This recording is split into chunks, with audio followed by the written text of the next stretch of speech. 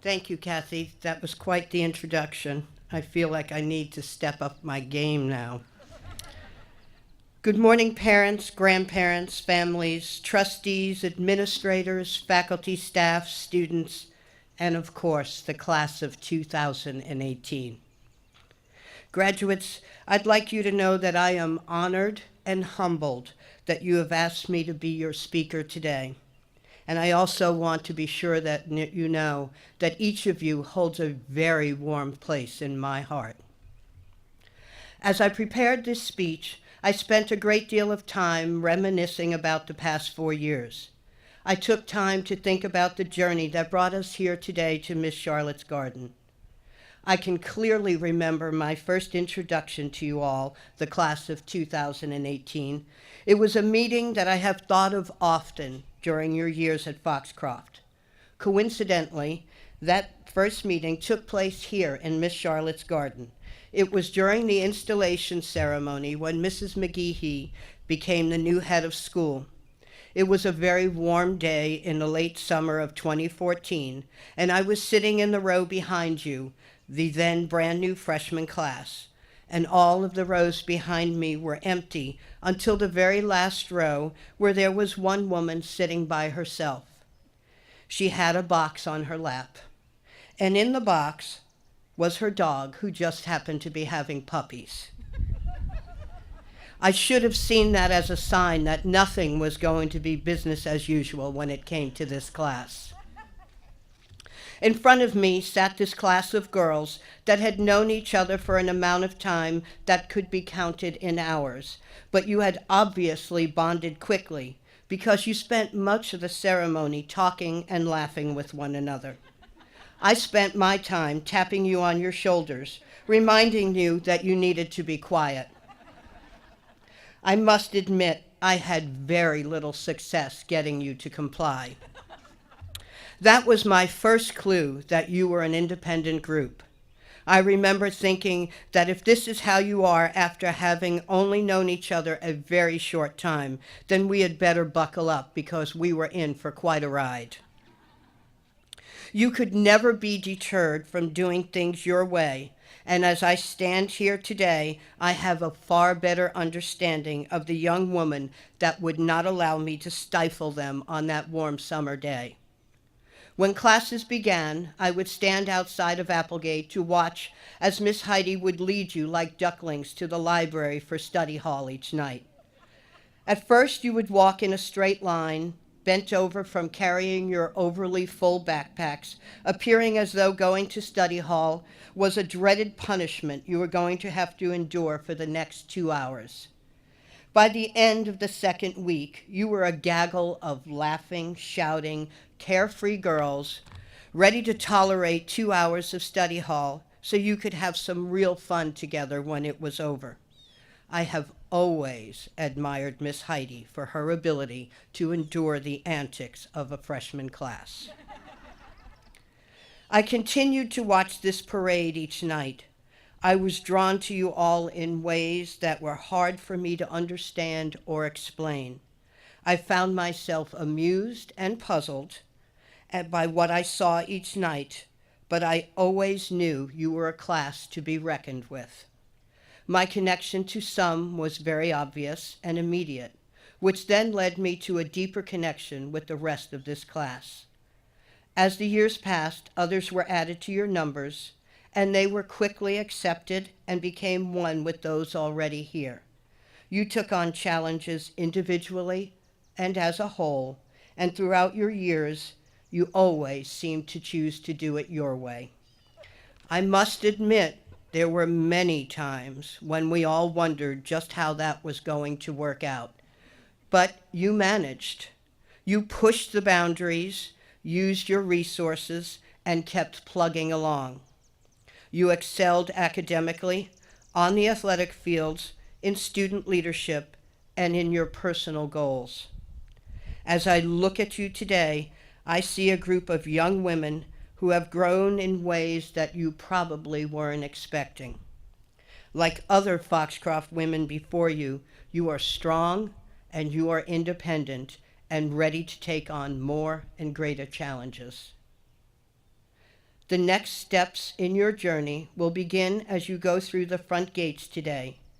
You will leave behind the world that has become familiar and comfortable, but I know without a doubt that you are more than ready to move beyond what we have to offer you here. All of the adults in this community have worked hard to give you the tools you will need to succeed, and you have done your part by absorbing what has been offered. During the course of this year, I have heard from many of you that you are more than ready to move on. Some of you seem to want to do it the day after you arrived on campus for the start of your senior year. You are appropriately excited for what the future holds, but I want to remind you that you still have much to learn, and I hope you will never lose sight of that. Learning is an exciting part of life, and you should always be open to new adventures. Remain curious and enthusiastic, and as you try new things, don't be afraid to fail, because failure is just one step on the road to success. All of these experiences will ultimately influence who you are, and you don't ever want to give up simply because it got too hard. We are given few certainties in life. No one has ever promised us that it would be easy. Life is complicated, and you should learn how to be happy even when things are tough. If you keep your heart filled with light and optimism, you will be surprised how much you can accomplish. Don't let yourself get bogged down by negativity, because it can become a false friend and you can lose your way. You have all laughed your way through dorm meetings, installations, required events, and probably a class or two. Keep on laughing. I hope you continue working hard for your goals and dreams, and that you won't stop until that burning dream becomes a reality. You can do anything you set your mind to, but as part of your plan, you need to be ready to do the hard work all of the time. Don't wait for circumstances to become perfect. Begin where you are with whatever you have and keep going forward. Act with confidence, even if you aren't feeling it. And in time, your confidence will grow and it will become who you are. Life will hold many choices for you, and you will need to choose wisely. Look at the big picture, think through what the consequences of your choice will be, and will the choice allow you to be your best self? Up until this point, you have had people around you to guide and encourage you, but that may not always be the case as you get older. Sometimes you are going to have to rely on yourself and your ability to make a decision solely on your beliefs. Keep the company of people you admire, because you will become like them. Admire them for the right reasons, and question whether these reasons have depth and would have a positive impact on your life. At Foxcroft, you have learned the value of friendship, and you know that having a friend that only wants the best for you is one of life's greatest gifts. She will encourage you when you need it, will stop you from making a poor choice, and of course, she will tell you when that guy you like just isn't good enough for you. Saying goodbye isn't easy, and in your own way, you have been doing it for the past year. Everything has been for the last time.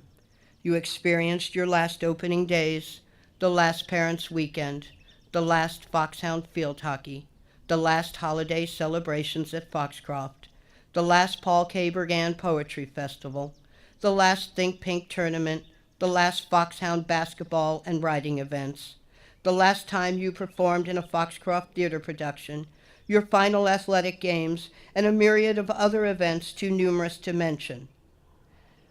This event is the culmination of all of those goodbyes.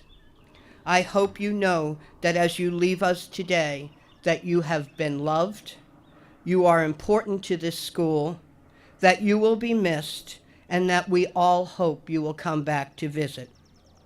You know from past experience that the dorms will be a lonely place tonight. We will all be looking at one another saying that we can't believe you're gone and how quiet it is without you. The juniors will then begin their own journey down this path that you have traveled, and the memories of you will act as their guide. The sophomores will remember your legacy and use it to decide how they want to be when they are seniors.